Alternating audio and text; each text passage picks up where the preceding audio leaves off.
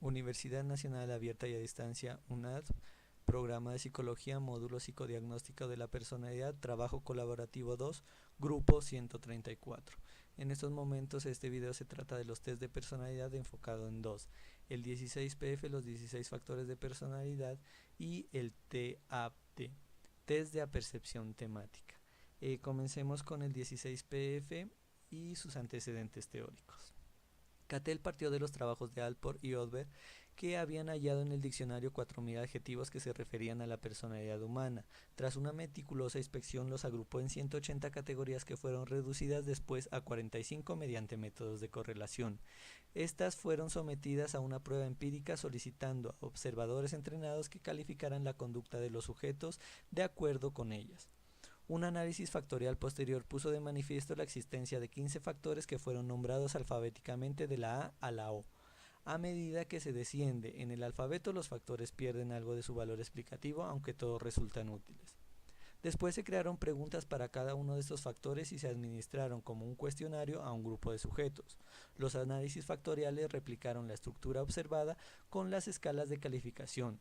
Algunos factores básicos no resultaron muy constantes entre los adultos, principalmente los factores D, J y K, que no aparecieron en los cuestionarios y fueron eliminados del 16PF. Además, en la estructura factorial resultante de los análisis de los cuestionarios aparecieron 4 factores que fueron nombrados Q1, Q2, Q3 y Q4.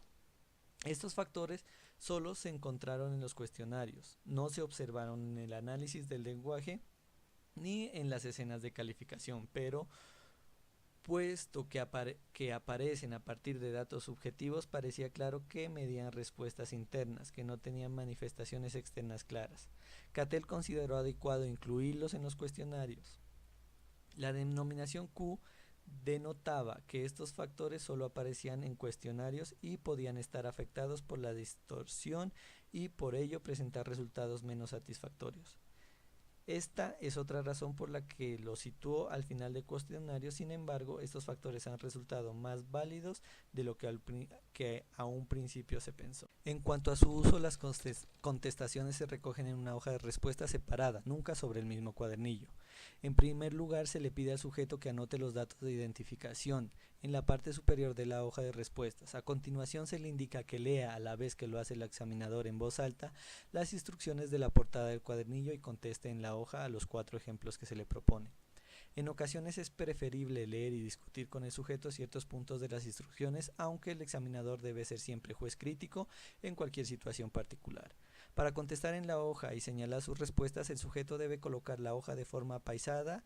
El espacio dedicado a los 4 ejemplos de entrenamiento se encuentra en la parte superior, fuera del recuadro dedicado a los elementos, y estos están dispuestos en forma de columnas, una para cada página del cuadernillo. Es probable que ayude al examinado conocer este diseño intencional en columnas, de modo que al final de cada columna y página tenga un control de que viene contestando a cada elemento en el lugar correspondiente. Aunque el cuestionario no tiene tiempo limitado, es preferible recordarles que no deben entretenerse demasiado en cada cuestión, sino contestar de un modo natural, sincero y rápido. Terminada la aplicación, se recoge la hoja de respuestas y el cuadernillo, comprobando si se han anotado bien los datos de identificación y se han dado una y solo una respuesta a cada.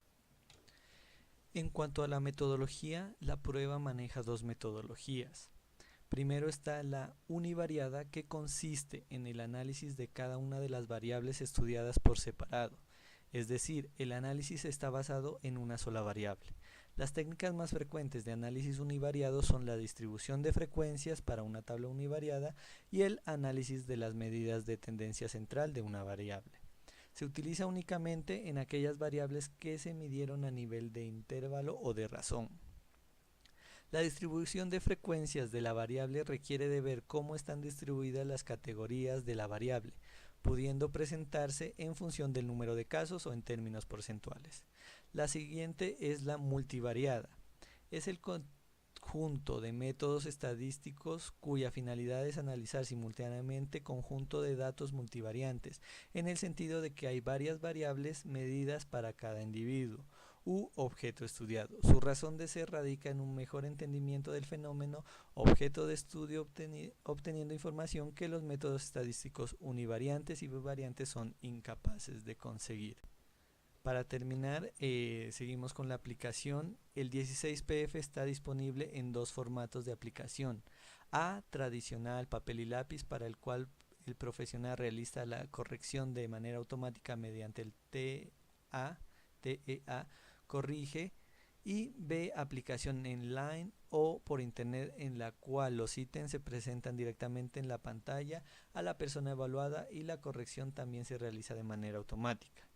Se puede aplicar a los adolescentes a partir de los 16 años y adultos, y los ámbitos en los que es de utilidad son en la parte clínica, escolar, judicial y o forense y en otras organizaciones. Continuaremos ahora sí con el TAT, test de apercepción temática. Igualmente iniciaremos con los antecedentes teóricos. Freud difundió la idea de que las producciones artísticas reflejan tendencias psicológicas predominantes en la personalidad del autor, pero no es el inventor de esta idea.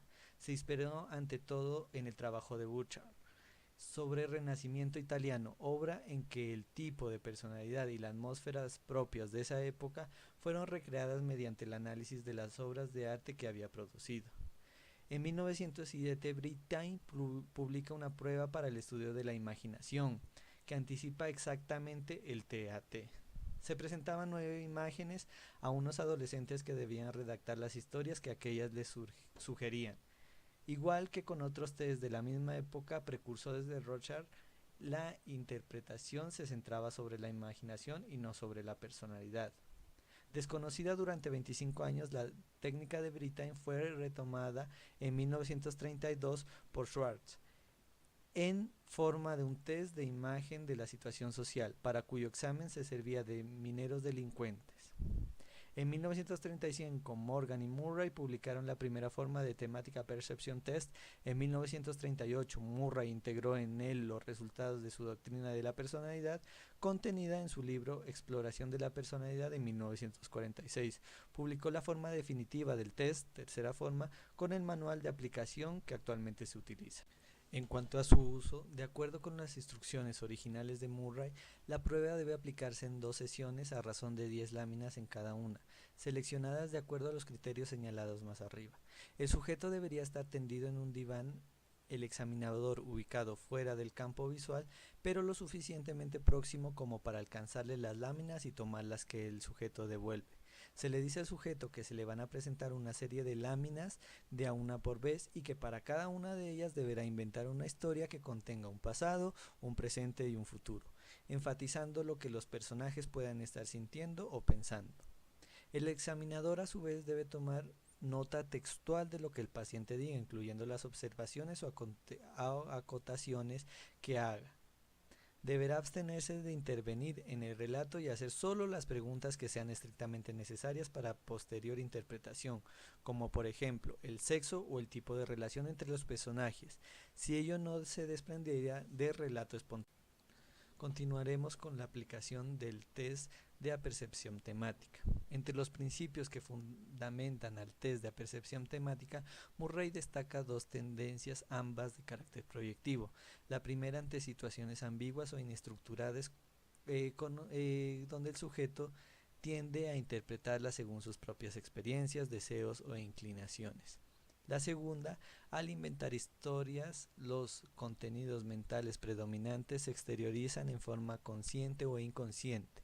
La aplicación completa de las 2 series de láminas ofrece difíciles y variados estímulos como para permitir que el sujeto proyecte los temas reprimidos o lo que lo motivaron en su problemática, reflejándolos en la conducta, pensamientos y sentimientos de los personajes de las historias que relata, sobre todo al identificarse con el protagonista o el héroe de cada una de ellas. Edades en las que se puede aplicar: adolescentes y adultos no mayores de 65 años, y se puede, en el ámbito que se aplica, es en el ámbito clínico. Espero que haya sido de su gusto. Muchas gracias.